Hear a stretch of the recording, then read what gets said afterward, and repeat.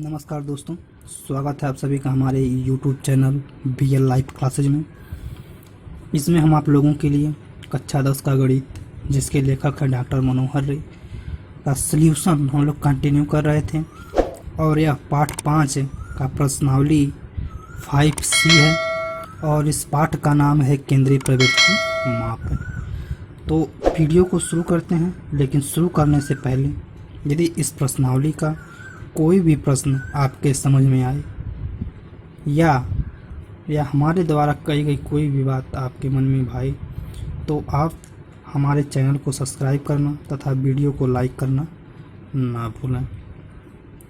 तो चलिए शुरू करते हैं इस प्रश्नावली का पहला प्रश्न। और इस प्रश्नावली का पहला प्रश्न कह रहा है यहाँ से कि नीचे की सारणी में 2010 में उच्चतर माध्यमिक विद्यालय में मंजूर किए गए अध्यापक पदों की संख्या का बारंबारता बंटन दिया गया है।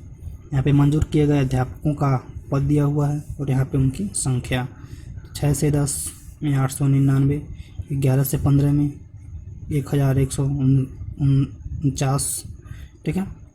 इस प्रकार से इसमें दिया हुआ है। और उसके बाद लास्ट में इनका योग भी दिया हुआ है कि 9290।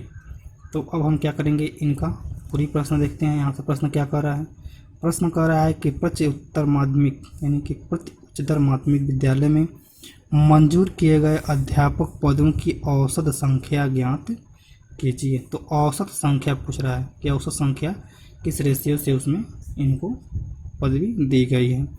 तो सबसे पहले हम क्या करेंगे, यहाँ पे बना लेंगे पहले हम लोग सारणी। तो चलिए पहले सारणी बना लेते हैं।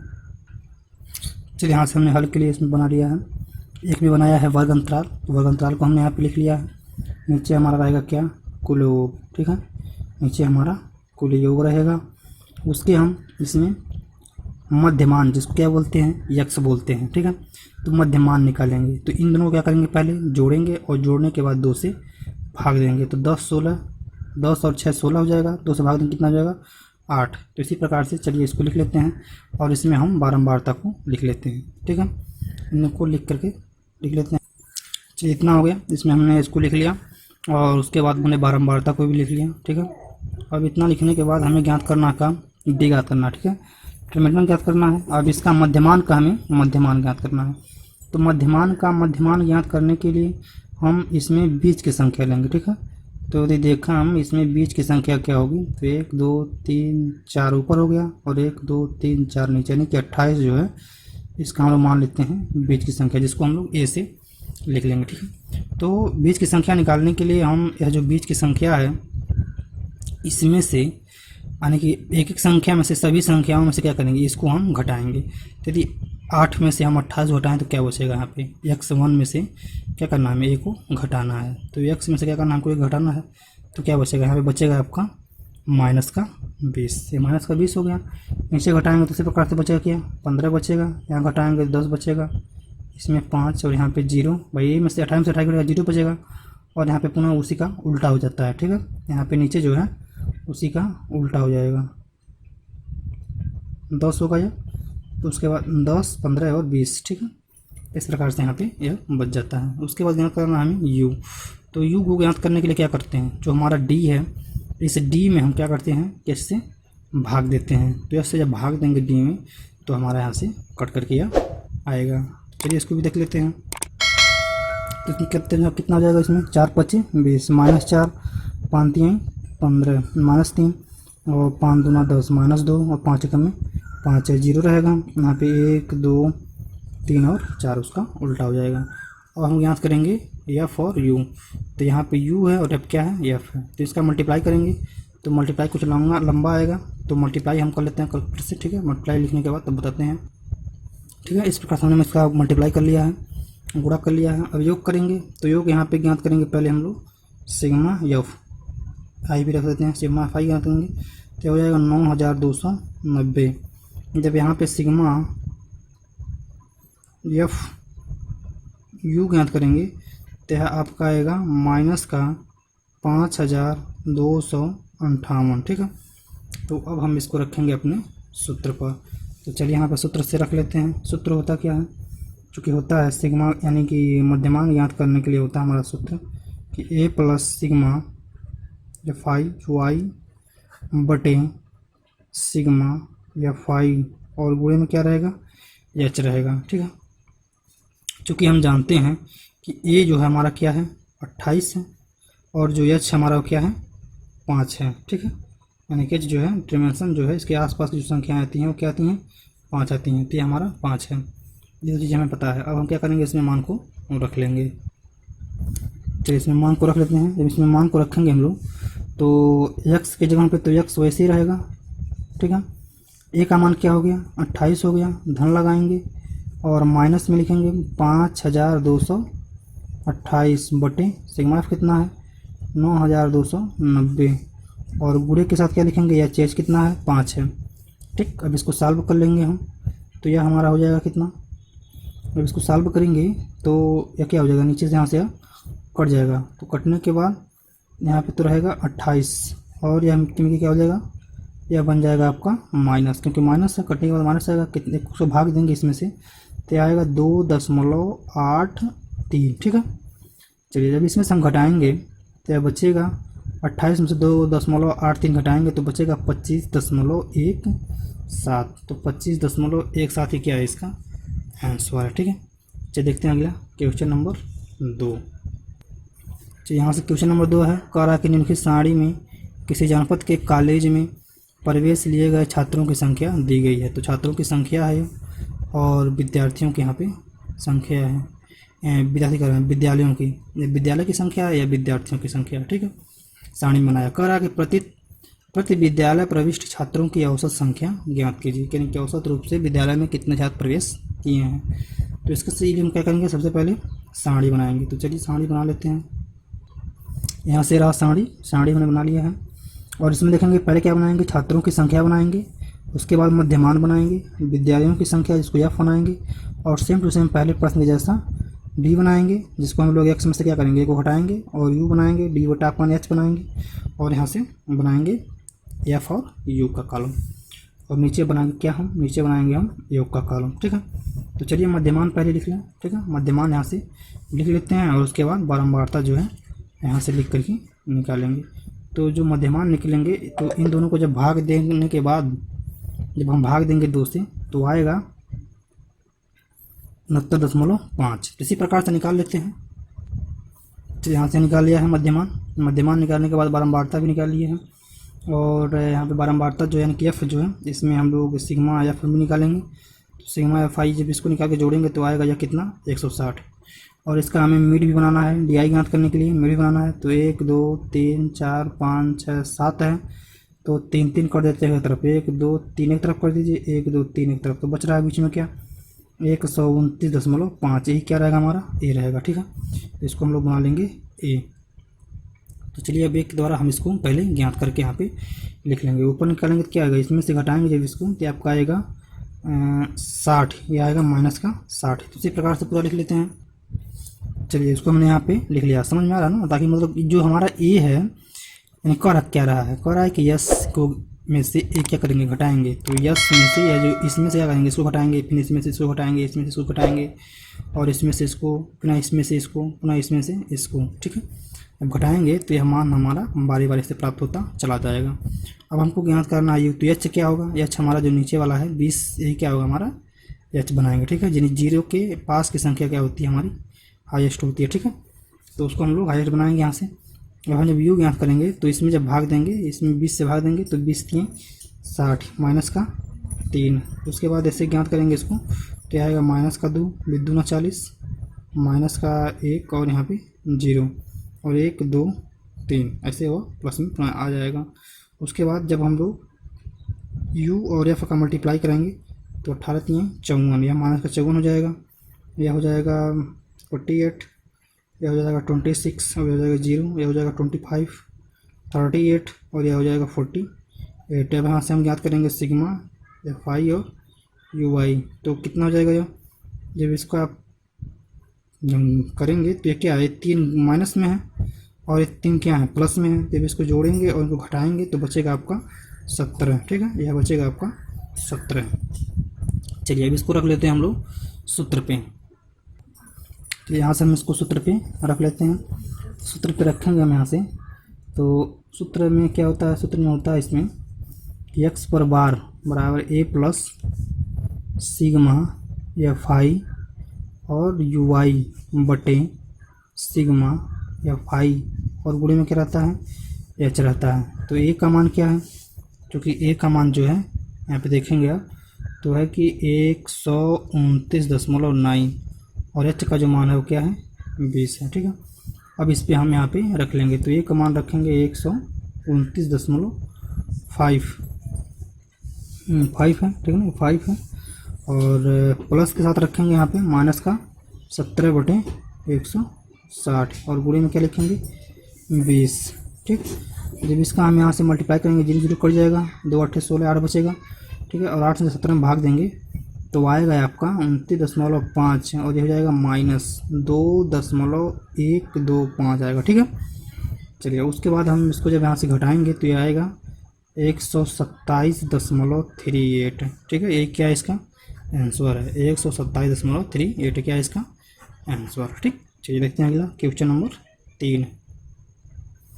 चलिए यहाँ से क्वेश्चन नंबर 3 है, कह रहा है कि 40 परिवारों का पानी का खर्च निम्नलिखित तालिका में दिया हुआ है, पानी का औसत खर्च रुपयों में ज्ञात कीजिए। ठीक है, तो यहाँ पे पानी का खर्च रुपयों में है और यह घरों की संख्या है, तो इसी आंकड़े से हमें ज्ञात करना है। तो पहले हम उसी प्रकार से कॉलम बना लेंगे, एक में बनाएंगे वर्ग अंतराल, मध्यमान बनाएंगे, बारंबारता बनाएंगे, डी बनाएंगे, यू बनाएंगे और एफ और यू बनाएंगे। ठीक है, एफ यू बनाएंगे।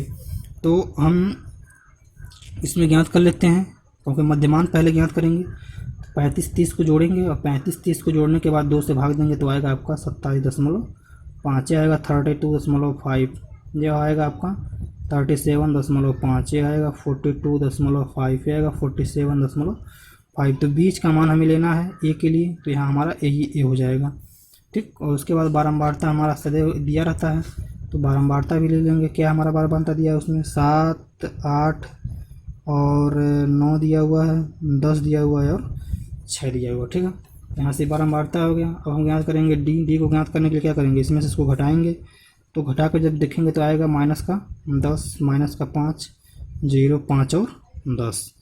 और इसको ज्ञात करेंगे तो इसको हम बनाएंगे अपना एच बना लेंगे। ठीक है, 5 को एच बना लेंगे, तो 5 दूना 10, माइनस का 2, माइनस का 1 और 0 1 और 2 ऐसे आ जाएगा। उसके बाद इनका मल्टीप्लाई करा लेंगे एफ और यू का, तो मल्टीप्लाई कराएंगे आएगा माइनस का 14, माइनस का 8, 0 और 10 और 12। सिग्मा एफ ज्ञात करेंगे, सिग्मा एफ आई ज्ञात करेंगे तो आएगा इसको 40, और जब सिग्मा एफ आई यू आई ज्ञात करेंगे तो आपका आएगा 0, कुछ नहीं आएगा। ठीक है, चलिए इसका और हल देख लेते हैं। ठीक, तो नीचे ही देख लेते हैं इसकी, यहाँ पे जब इसको हल करेंगे हम यहाँ से सूत्र यहाँ से लिख लेते हैं, यहाँ सूत्र पे लिख के लिखेंगे इसको जब, तो x पे बार बराबर होता है a plus sigma F I और यू आई, ठीक है, बटे सिग्मा एफ आई गुणे में क्या रहेगा एच। चूँकि a का मान कितना है 37.5 तथा h का मान कितना है 5, अब रख लेंगे हम लोग, तो 37.5 धन 0/40 और गुणे 5, यहाँ से घटाएंगे तो आएगा 37, 4 5 8 5 40 होता है। और यहाँ पे और 0 में जब भाग देंगे तो क्या हो जाएगा 0 हो जाएगा, यानी कि 37.5, केवल 0 का मतलब कुछ नहीं होता है, तो ये क्या हो जाएगा आपका आंसर हो जाएगा। कह सकते हैं हम लोग कि पानी का औसत खर्च बराबर 37.5 रुपया। ठीक है, ये क्या है इसका आंसर। चलिए देखते हैं अगला क्वेश्चन नंबर 4। तो ये रहा हमारा क्वेश्चन नंबर 4, कह रहा है कि निम्नलिखित सारणी में किसी वर्ग की माध्यमिक विद्यालय के अध्यापकों की संख्या बारंबारता आवंटन दिया गया है। उस वर्ष की प्रति माध्यमिक विद्यालय में अध्यापकों की औसत संख्या ज्ञात कीजिए। तो अध्यापकों की संख्या और माध्यमिक विद्यालय की संख्या यहाँ पे दिया हुआ है, आंकड़ा यहाँ पे हमें प्रोवाइड कराएगा क्वेश्चन में। ठीक है, और उसी आंकड़े से हमें हल करना होगा। तो चलिए इसका हल देखते हैं, और हल में यहाँ पे हमने आंकड़ा बना लिया है, जो इसका ग्राफ होता है उसको हमने बना लिया है, यहाँ से देख लीजिए। पहले क्या बनाएंगे, वर्ग अंतराल बनाएंगे, उसके बाद क्या बनाएंगे, मध्यमान बनाएंगे, बारंबारता बनाएंगे, डी बनाएंगे, यू बनाएंगे और एफ यू बनाएंगे। ठीक है, तो मध्यमान ज्ञात कर लेते हैं। मध्यमान ज्ञात करेंगे 16 का 8 और यहाँ पे 26 का 13, ठीक है, 18, और चलिए लिख लेते हैं इसको पहले निकाल के। चलिए यहाँ से हमने पूरे को लिख लिया है, ठीक ना, ताकि लिखने में टाइम लगता। इसके बाद से हमने इसको आराम से लिख लिया है। क्या लिखा है आपको बता दे रहे हैं। यहाँ पे मध्यमान निकाला हमने, यानी कि इन दोनों को जोड़ के 2 से भाग दिया है, इन दोनों को जोड़ के 2 से भाग दे के जो आना आया है उसको लिखा गया है। यह बारंबारता हमारा प्रश्न में दिया ही था, माध्यमिक जो विद्यालयों की संख्या वही है। उसके बाद हमारा यह डी आई है, यानी कि एक्स में से क्या करेंगे, को घटाएंगे तो 8 में से 28 को -20, 13 में से 28 को तो -15, 10, 5, 0, 5, 10, उससे क्या क्या होता है उसके बाद उल्टा हो जाता है, वही चीज़ घटाएंगे तो आएगा, ठीक ना, क्योंकि इसमें मीड में से ही घटाना है। तो इसको हमने निकाल लिया। उसके बाद हमें यू निकालना है, एच आई में से डी ए आई में से क्या करना है, एम एस से भाग देना है, यानी कि डी हमारा यही है, इसमें क्या करना है, तो हमारा यही क्या हो जाएगा, हमारा जो है यही एच हो जाएगा। तो 4 × 5 = 20, ठीक है, 5 × 3 = 15, तो 4, 3, -2, -1 ऐसे आ जाएगा। उसके बाद 0 आ जाएगा, उसके बाद 1, 2, 3, 4 नीचे हम यहाँ पे लिख देंगे। उसके बाद हम एफ आई और यू आई का क्या करेंगे, मल्टीप्लाई कराएंगे। तो हमारा एफ है, हमारा यू है, इसका मल्टीप्लाई कराएंगे तो आएगा 3800 और 2325, 3320, 1500, 0 ये सब माइनस में होंगे, नीचे जो है प्लस में होगा क्योंकि यहाँ पे माइनस में है। 1200, 2170, 90, 1950, 1600, ठीक है, इसको निकाल लिया गया है। उसके बाद हमने यहाँ पे निकाला बारंबारता, यानी कि एफ आई निकाला है तो 10,000 आ गया है। उसके बाद हमने इसको निकाला तो यह आ गया है 49,925, यानी कि 9,000, 4,925, ठीक है, ये आ गया। अब हमें क्या करना है, अब हमें इस चीज़ों को सूत्र पे रखना है, ठीक है। अभी जो आंकड़े हमें प्राप्त हुए हैं, अभी इस आंकड़ों को हमें सूत्र पे रख करके हल करना। तो चलिए सूत्र पे रख लेते हैं। सूत्र हमारा होता क्या है कि x पर बार बराबर ए प्लस और सिग्मा एफ आई यू आई बटे सिग्मा एफ आई गुणे में क्या रहेगा, यही सबसे मोस्ट इम्पॉर्टेंट जो है सूत्र है। ए का मान कितना दिया हुआ है, 28 दिया हुआ है, तथा जो एच का मान है कितना है, 5 है। अब हम इसको इस पर रख लेंगे, तो ए की जगह पे 28 रखेंगे प्लस, ठीक है। तो सिग्मा एफ आई कितना है, यह आया आपका माइनस में 4925, ठीक है, और नीचे जो है 10,000 और गुणे में क्या रहेगा, 5 रहेगा, ठीक है, गुणे में 5 लिखेंगे। और यहाँ से हमारा 28 हो जाएगा, ये माइनस में आएगा क्योंकि माइनस में है, तो कटाएंगे यार आपको आएगा यह 2.4625। अब इसके बाद हम इसमें से घटाएंगे तो 25.5, ठीक है, और भी आएगा 25.5, ठीक है, ये हम लेंगे, ठीक है, किसका, एक्स का मान। तो ये क्या हमारा आंसर है, यानी कि औसत जो इसमें टीचरों की जो भर्ती है, यानी कि माध्यमिक संख्या में जो औसत मान है वही हमारा 25.5 है, ठीक है। चलिए देखते हैं क्वेश्चन नंबर 5। तो यहाँ से क्वेश्चन नंबर 5 कह रहा है कि निम्नलिखित आंकड़ों में किसी कारखाने के 3,050 यानी कि 350 मजदूरों की आमदनी दी गई है और औसत आमदनी ज्ञात कीजिए। तो मासिक आय यहाँ पे दिया गया है रुपए में और मजदूरों की संख्या, यानी कि 160 से 180 रुपया जो है वह 40 मजदूर क्या करते हैं, कमाते हैं। 180 से 200 तक 54 मजदूर कमाते हैं, ऐसे ही यह दिया गया, ठीक है। अब इसी के अनुसार से हमें हल करना है। तो चलिए इसका अब हल देखते हैं। तो इसका डायग्राम पहले बना लेते हैं, ठीक है, इसका जो बॉक्स है उसको हम तैयार कर लेते हैं।